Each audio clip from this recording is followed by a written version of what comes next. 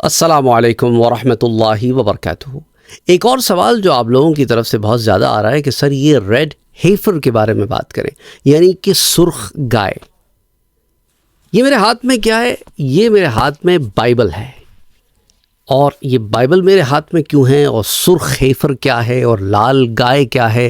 کیا بیت المقدس میں مسجد الاقصی کو تباہ کرنے کی پلاننگ ہو رہی ہے؟ یہ سارا کچھ کیا معاملہ ہے؟ آئیے اس کے اوپر سے پردہ اٹھاتے ہیں۔ یہ میرے پاس بائبل میں، یاد رکھیں بائبل میں جو صرف پہلی 5 کتابیں ہیں انہیں ہم تورات کہتے ہیں، جس میں ہے Genesis, Exodus, Leviticus, Numbers and Deuteronomy. Numbers جو تورات کی 4تھی کتاب ہے، اس کا 19واں chapter the water of cleansing, یہاں سے آغاز کرتے ہیں، پھر آپ کو بات بتاتے ہیں کہ یہ ریڈ ہیفر کا کیا چکر ہے، یعنی سرخ گائے کا، اور اس کا بیت المقدس میں مسجد اقصی سے کیا تانا بانا جوڑا جا رہا ہے۔ آئیے آغاز کرتے ہیں chapter 19۔ The Lord said to Moses and Aaron، پروردگار نے موسیٰ اور ہارون علیہ السلام سے کہا، This is a requirement of the law that the Lord has commanded، کہ یہ وہ ضروری امر ہے، شرعی امر ہے جو تمہارے رب نے تمہیں حکم دیا ہے۔ Tell the Israelites to bring you a red heifer without defect or blemish and that has never been under a yoke، کہ خدا تعالیٰ تمہیں حکم دیتا ہے کہ بنی اسرائیل سے کہو کہ ایک لال سرخ گائے لے کے آئیں، اور وہ ایسی ہو کہ جس کے اندر کوئی ڈیفیکٹ نہ ہو، کوئی داغ دھبا نہ ہو، فل سرخ ہو، اور وہ کبھی ہل میں جوتی نہ گئی ہو، کس فارمنگ میں کبھی یوز نہ ہوئی ہو۔ Give it to Eleazar the priest، it is to be taken outside the camp and slaughtered in his presence۔ اس کو الیازار پریسٹ کو دے دو جو اسے خیمے سے باہر لے کے جائے اور وہاں پر اسے ذبح کرتے۔ Then Eleazar the priest is to take some of his blood on his finger and sprinkle it 7 times toward the front of the tent of meeting۔ اس کے بعد جو الیازار پریسٹ ہے اس خون کو اپنی انگلیوں کے اوپر لگائے اور اسے چھڑکے، 7 مرتبہ اسے چھڑکے اس ٹینٹ کے باہر جہاں میٹنگ ہونی ہے۔ While he watches the heifer is to be burned، تو اس کے بعد یہ جو ہیفر ہے اسے جلا کے راکھ کر دیا جائے گا۔ its hide، flesh, blood and offal, اس کی ہر چیز کو جلا کے راکھ کر دیا جائے گا۔ The priest is to take some cedar wood، اور اس کے بعد وہ کچھ چیزیں لے گا جس میں سیڈر ووڈ ہے اور ہائسوپ ہے، اینڈ اسکارلیٹ وول، and through them onto the burning heifer، اور اسے اس آگ میں ڈال دے گا جس کے اندر یہ ہائفر جل رہی ہے۔ After that the priest must wash his clothes and bathe himself with water، اس کے بعد پریسٹ اپنے کپڑوں کو دھوئے گا اور نہائے گا، دھوئے گا تاکہ وہ پاک ہو جائے۔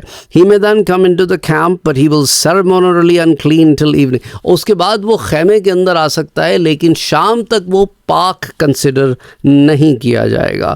The man who burns it must also wash his clothes and bathe with water and he too will be unclean till the evening، اور وہ آدمی جو آگ کو جلائے گا وہ یا اس تمام برننگ کے پروسیس کے اندر ہوگا، وہ بھی اپنے کپڑوں کو دھوئے گا، خود نہائے گا، دھوئے گا، اور وہ بھی شام تک پاک نہیں ہوگا۔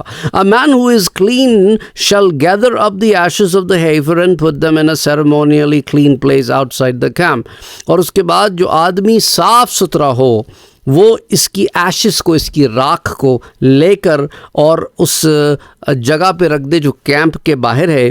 They shall be kept by the Israelite community for use in the water of cleansing، it is for purification from sin۔ اور یہ سارا کچھ کیوں کیا گیا ہے؟ تاکہ جو بنی اسرائیل ہیں ان کے گناہ دھل سکیں۔ یہ سارا معاملہ کیا ہے، یہ کیمپ کیا ہے، اور یہ لال اس کا چکر کیا ہے؟ اب اس پر بات کرتے ہیں۔ بائبل سے میں نے آپ کو عبارت بتا دی۔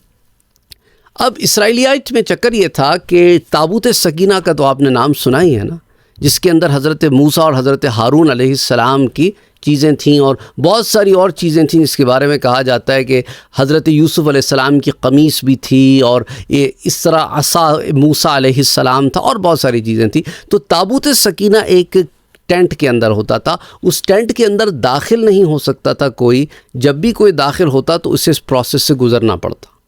اب اس کے اندر بعض روایات میں یہ آتا ہے کہ 3 جانور لائے جاتے.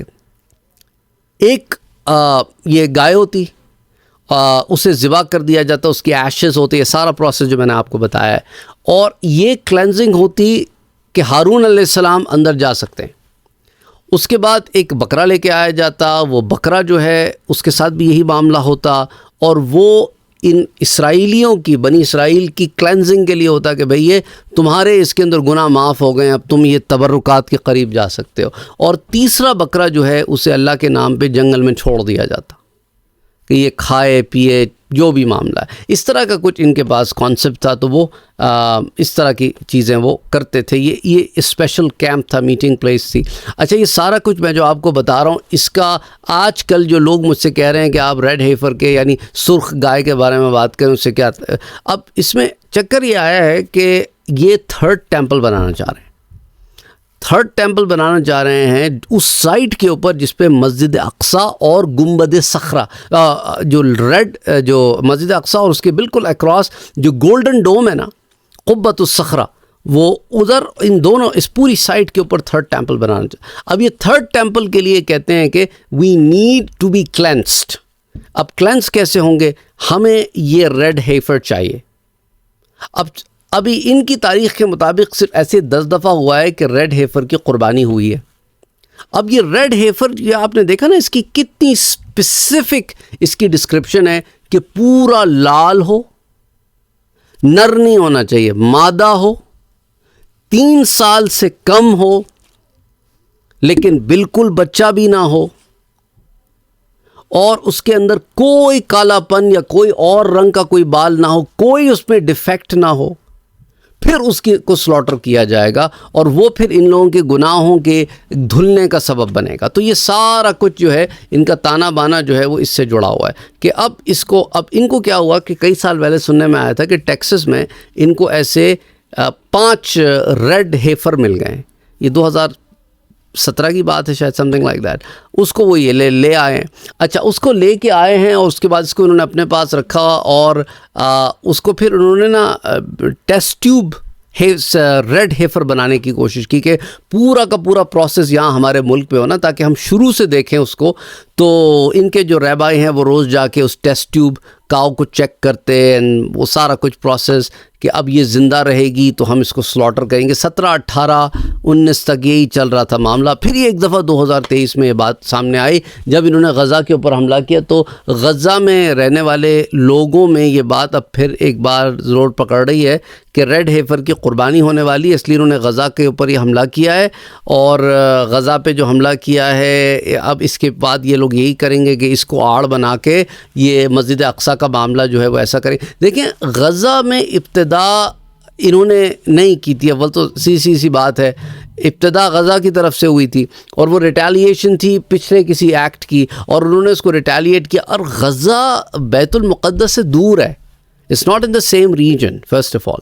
اچھا, اگر انہوں نے مثال کے طور پہ کوئی اس طرح کا اقدام کرنا ہی ہے تو یہ یروشلم میں کریں گے نا, غزہ میں کیوں کریں گے؟ غزہ کا تو کوئی لینا دینا نہیں ہے, مسجد اقصی سے دور ہے وہ. تو ان کو اگر کچھ کرنا ہوگا تو مسجد اقصی کے اراؤنڈ کے ایریا میں کریں گے, وہاں مسلمانوں کو سپریس کریں گے, بطین میں, رام اللہ میں, یروشلم میں, اس سینٹرل ایریا کے اندر کریں گے جو انہوں نے کرنا ہے. وہاں اتنی دور جا کے کرنے کا کیا مطلب ہے؟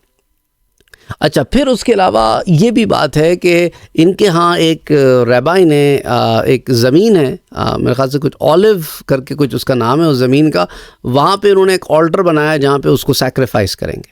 اچھا, ریسنٹلی یہ بھی بتایا گیا ہے کہ ان کے ہاں وہ ریڈ ہیفر, وہ جو سرخ گائے ہے, وہ اس ڈسکرپشن کی آ گئی, اور بعض رہبائز اس کے اوپر بھی ایگریڈ ہیں کہ اگر اس میں 2 بال بھی کالے نکل آئے تو بھی چلے گا, دیٹس اوکے, ہم اس کو ذبح کر دیں گے.